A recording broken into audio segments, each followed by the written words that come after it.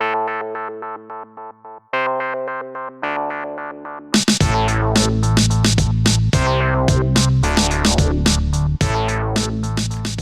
Andy, and you're watching the Let's Talk About Lego channel.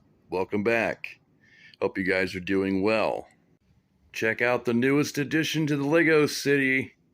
That's right, guys. It is the Loop Coaster. And this thing is ginormous. It is really, really tall.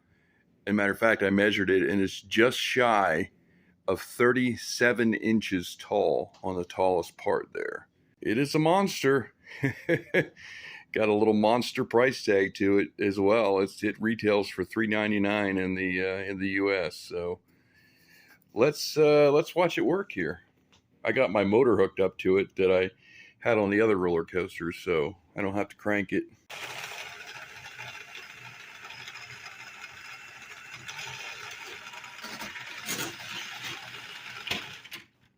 Now sometimes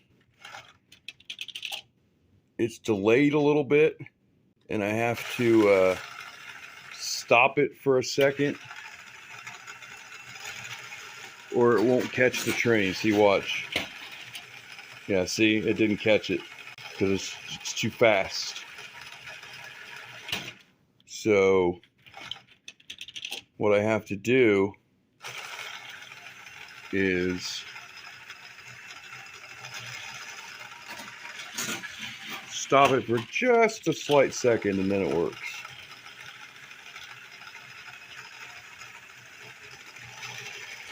That, and then it comes out perfect. Let's do this so you can get a wider angle shot at it.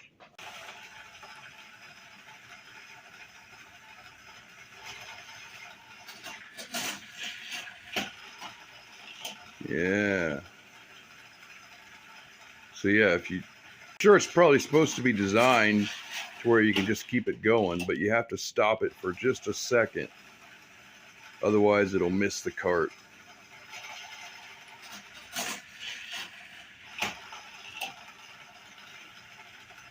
Pretty cool though, isn't it?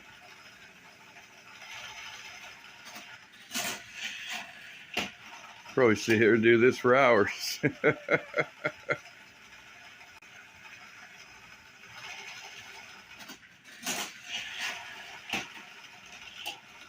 Anyway, guys, it's kind of a neat design. It's got the counterweight on the other side, so that when this carriage goes up and down, or at least when it goes down, it doesn't go slamming down real hard because it has the counterweight on the other side. So that's a nice little feature. And I mean, it goes through the loops like in what, 2 seconds or less. So I wish the track was a little bit longer, because it does go through the track pretty quickly. It's got an entrance. Come with these other little carts, like there's a hot dog stand, there's a balloon seller, and there's a pretzel vendor. There's a little kid with a balloon. It comes with a lot of minifigures, actually. There's 4 of them right there. One's running it, and 3 of them are in the queue to ride it. And then we got 3 of them on the actual coaster. So what's that? 3, 7. And then you got a guy here with the hot dog, or with the pretzels. That's 8, 9, 10, 11 minifigures it comes with. So that helps it make it worth the $3.99 price tag with the extra minifigs. But yeah, I love it. I absolutely love it. I mean, I don't know if I love it as much as my other roller coaster, but I love it. What do you guys think? Does it look good in the city? I think it looks excellent. It's, like I said, it's really tall. It's going to be the tallest thing in the city at this point. Speaking of tall things, I have been seriously considering and thinking about building somewhat of a skyscraper for the city. What do you guys think about that endeavor? I have no idea how I would design it.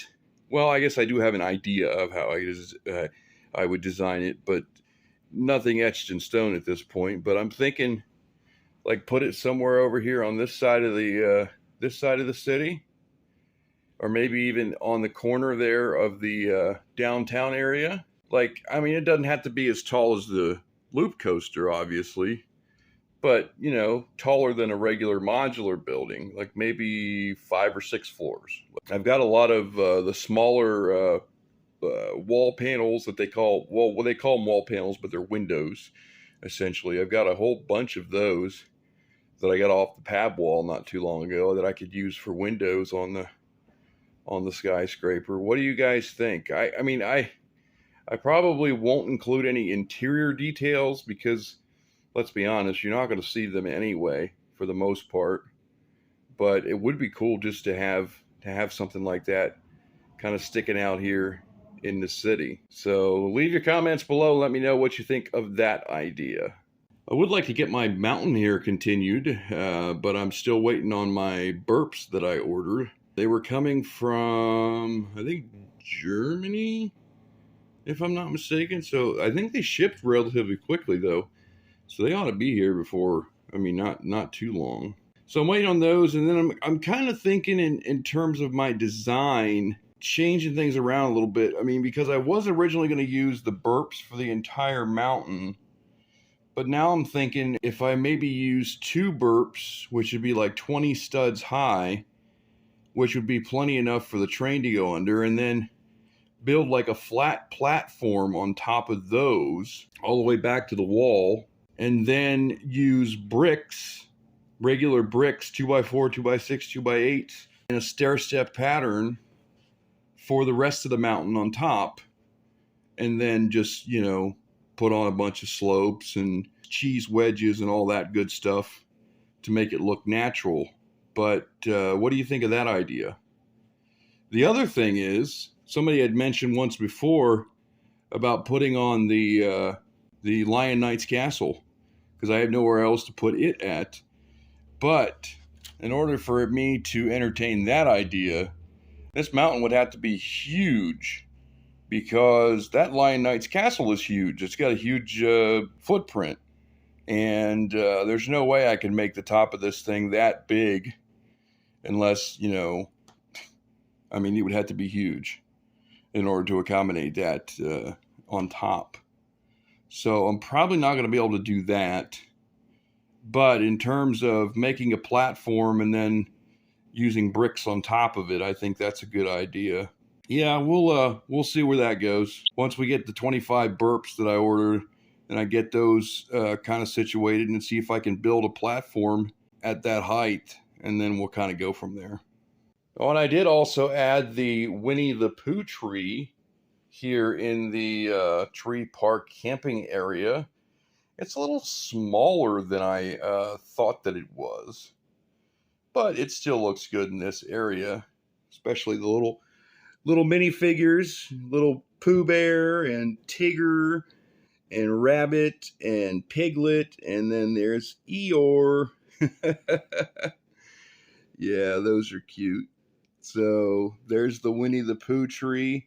I didn't put it on a Mills plate. I don't know if I'm going to put it on a Mills plate. Some of these areas here would fill up better if they did have an entire 32 by 32 Mills plate, but like this area here, and then this area over here, and then over here in this area. But I don't know.